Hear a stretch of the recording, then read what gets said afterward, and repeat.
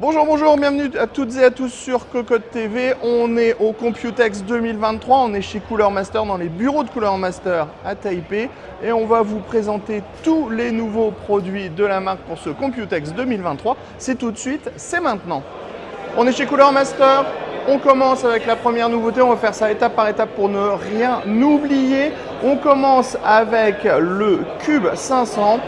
Qui va arriver très prochainement. Le Cube 500, c'est un boîtier qui va arriver en kit qu'on va devoir monter soi-même dans un carton qui va être beaucoup plus plat, type boîte à pizza. Ça va permettre d'en mettre plus dans un container, donc c'est plus éco-friendly si on veut faire le transport des boîtiers. On va avoir deux versions qui vont arriver, la version macaron et la version noire et blanche dans un premier temps.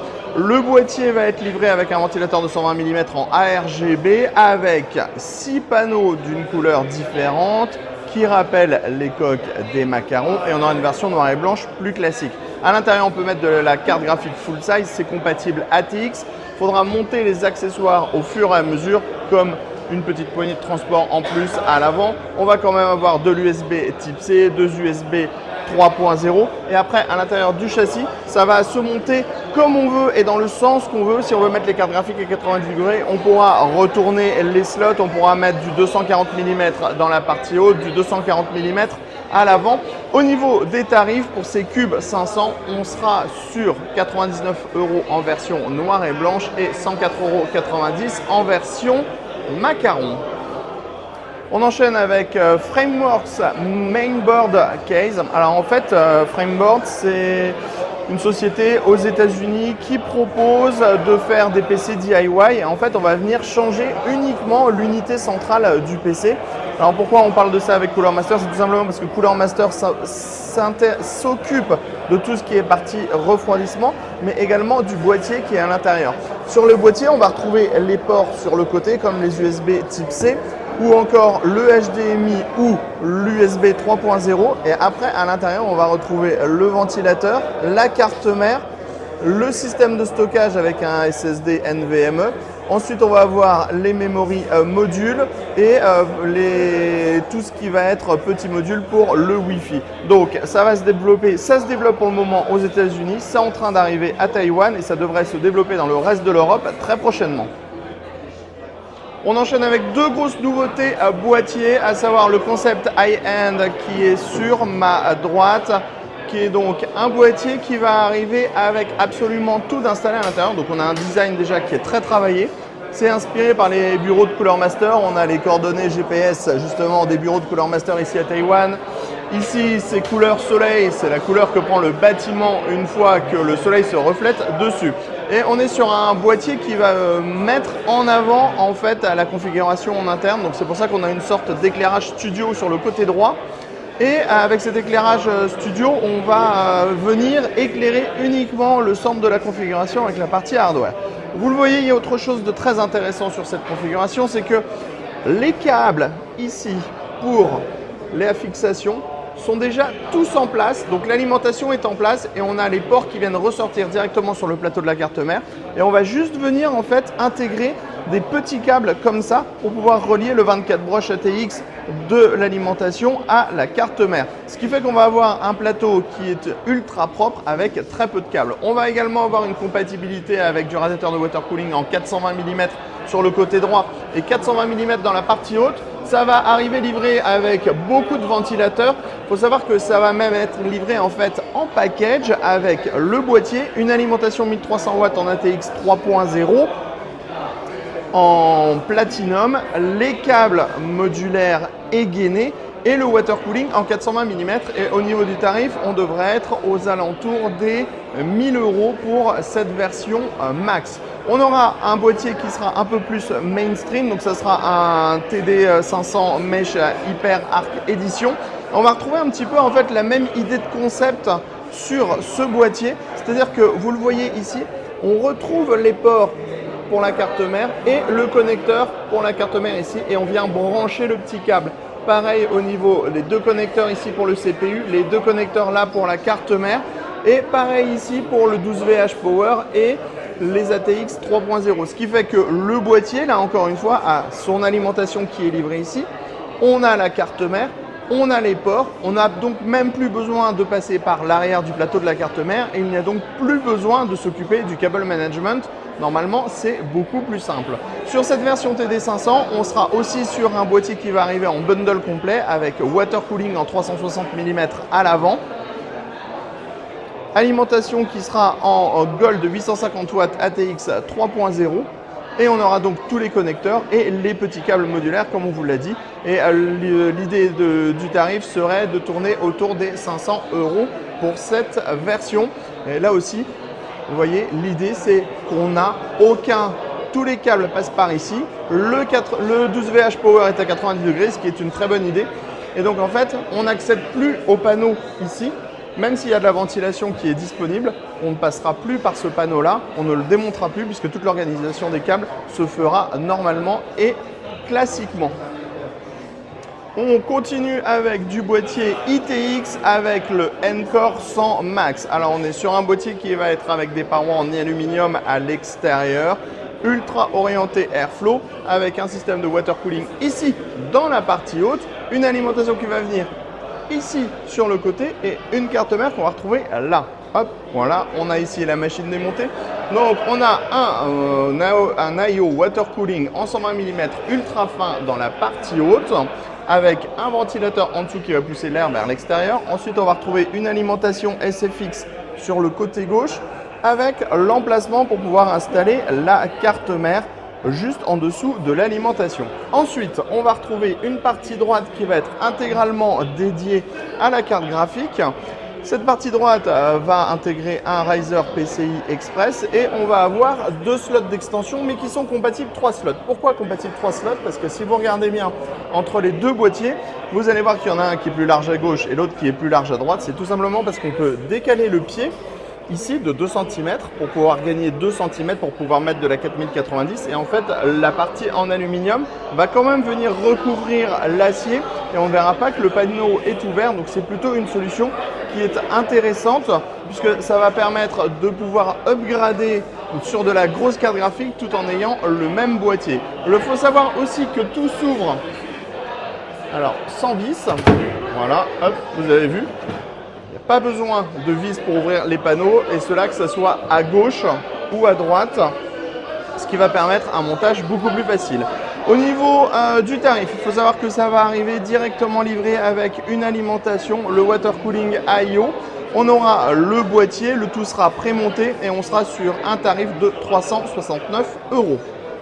On enchaîne maintenant sur les alimentations avec le premier modèle ici qui est la X Silent Max Platinum 1300. Donc c'est une alimentation qui se veut ultra silencieuse avec un ventilateur qui est la plupart du temps passif avec du RGB. On le voit, on a une coque sur les côtés qui est en aluminium et qui fera office de radiateur.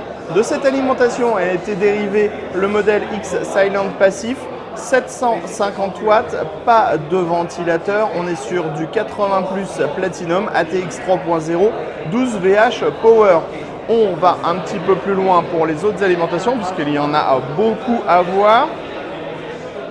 Ici on est sur toutes les nouvelles gammes GX3, donc on est sur de l'ATX 3.0 avec de la puissance qui va de 650 à 1250 watts.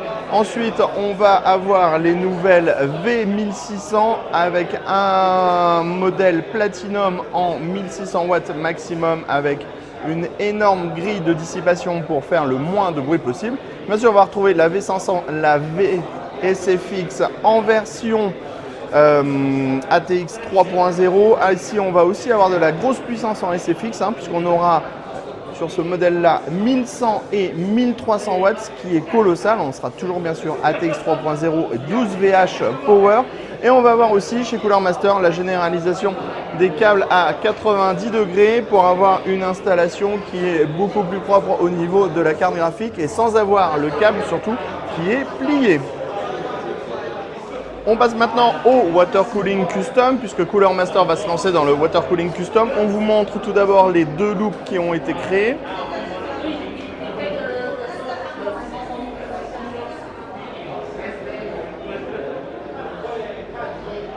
Et après, on va vous parler un petit peu des produits qui vont arriver. Tout d'abord, on va avoir ce réservoir pompe, donc le tank, qui est donc ici, qui va permettre de driver 2 loops si on le désire. Ce qui est intéressant, c'est qu'on a une seule pompe dans le bas avec un seul câble en PWM pour une gestion ultra simple. On vient brancher sur la carte mère et ça fonctionne, donc ça c'est plutôt une bonne chose. Au niveau des finitions, on va avoir de l'aluminium, du plexi. C'est assez massif, mais c'est assez intéressant. Et surtout, on pourra le fixer sur des emplacements en 120-140 mm. Donc c'est plutôt une chose assez intéressante. Ensuite, on va avoir du bloc pour les CPU avec différentes finitions. La finition couleur master style fluo et la finition couleur master noire ou grise. On va également retrouver des waterblocks complets pour les cartes graphiques et on va avoir toute une série de fittings qui va être carré, histoire de changer des fittings qui sont ronds normalement.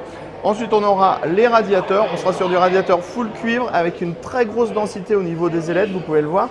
On a une forme de S à l'intérieur pour casser le flux et encore plus dissiper de température au niveau du radiateur et donc au niveau de l'air. On vous fait un dernier petit plan sur tout ce qu'il y a à découvrir et on va enchaîner avec les prochains produits. On enchaîne avec la partie air cooling. Donc ici, vous avez le schéma d'un gros Mobus avec le rifle bearing, le cadre, tous les rotors qui vont faire fonctionner le ventilateur. Il faut savoir que dans les Mobus, on a différentes versions qui sont disponibles. On n'aura plus automatiquement que la version noire et bleu marine, on aura aussi toutes les versions blanches et colorées. Et on va avoir le nouveau Silk Flow qui est un boîtier, un ventilateur plutôt entrée de gamme en 120 mm qui va permettre d'améliorer en fait les performances, on va avoir plus de flux. Alors c'est très sombre pour filmer, je suis désolé, on ne peut pas faire mieux puisqu'il y a un tournage en fait en même temps qu'on est en train de tourner.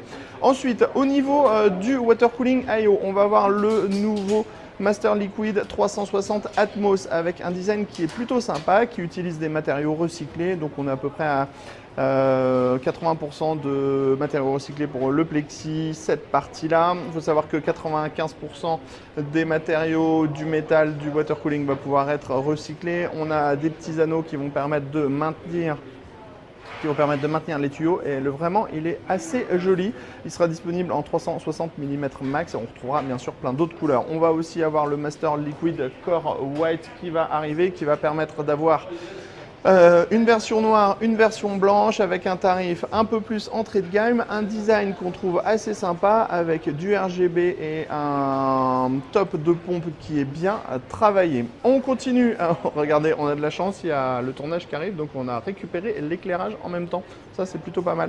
On continue et on termine avec le air cooling. On va avoir le Master Air MA 824 Steels avec 8 caloducs à l'intérieur. Donc ce sont des nouveaux caloducs qui permettent au liquide de monter plus vite pour dissiper la chaleur plus vite et redescendre plus vite pour pouvoir dissiper la chaleur de nouveau plus vite. On va avoir un 120 mm, un 140 mm, 2 tours, ça va être absolument énorme. On va avoir le Next Gen 30 3D WC qui va être avec une vapor chamber, vous le voyez ici en dessous, et avec tous les caloducs qui sont directement montés au-dessus de la chambre à vapeur pour pouvoir faire remonter l'air. Ensuite, on aura les Master Air 412, Master Air 612 qui vont reprendre en fait le même principe de ces nouveaux caloducs qui vont accélérer les flux d'air avec du RGB. Un seul ventilateur et on va avoir le retour de 2 nouveaux modèles en top flow avec le Master Air 120 Mobius Slim avec toujours du ventilateur Mobius puisque c'est le nouveau ventilateur haut de gamme de Cooler Master, et on aura le Master Air TD 104 qui sera un tout petit radiateur slim avec une hauteur ultra limitée pour pouvoir installer tout ça dans les boîtiers les plus fins. On parle aussi Media Hub ici avec les Master Hub qui vont arriver. Donc en fait ce sont des sortes de plateformes sur lesquelles on va pouvoir intégrer des modules pour pouvoir faire de l'édition au niveau des streamers, de l'édition vidéo ou de l'édition en photo. En fait c'est comme une sorte de platine de mixage pour les streamers, les éditeurs ou les Creator. Donc ça va arriver en différentes versions. Les versions complètes seront disponibles à partir de 399 €. Ça va arriver avec un écran, un mixeur, un bouton interactif avec les écrans, les molettes pour pouvoir régler les volumes et toutes ces choses-là.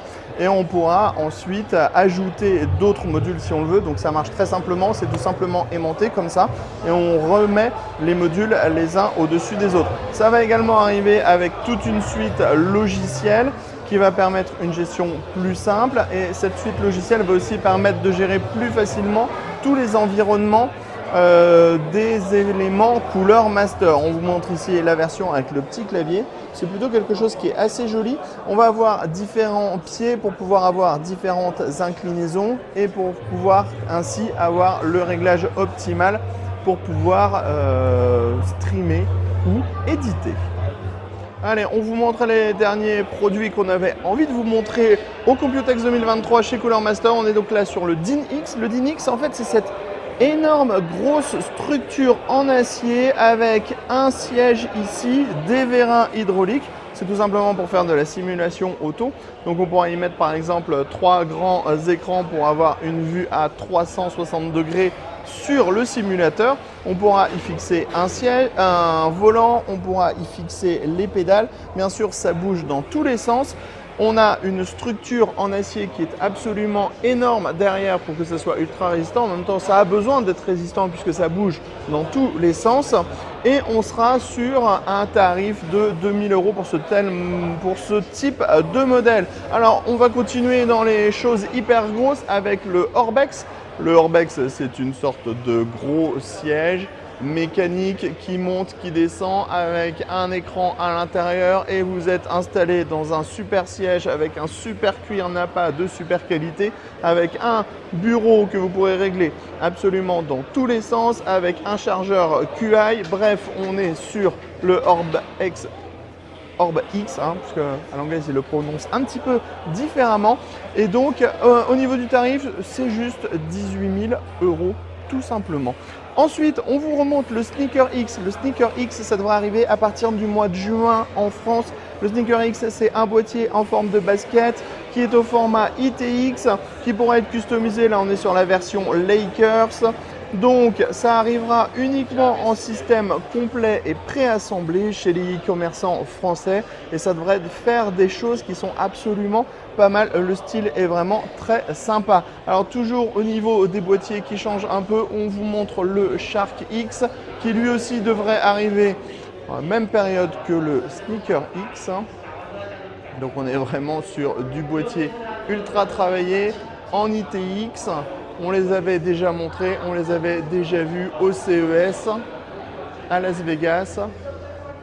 Franchement, j'adore, ça change, mais c'est pas très facile à intégrer sur un bureau. Dernière nouveauté chez Cooler Master, le partenariat avec une grosse licence, à savoir Street Fighter.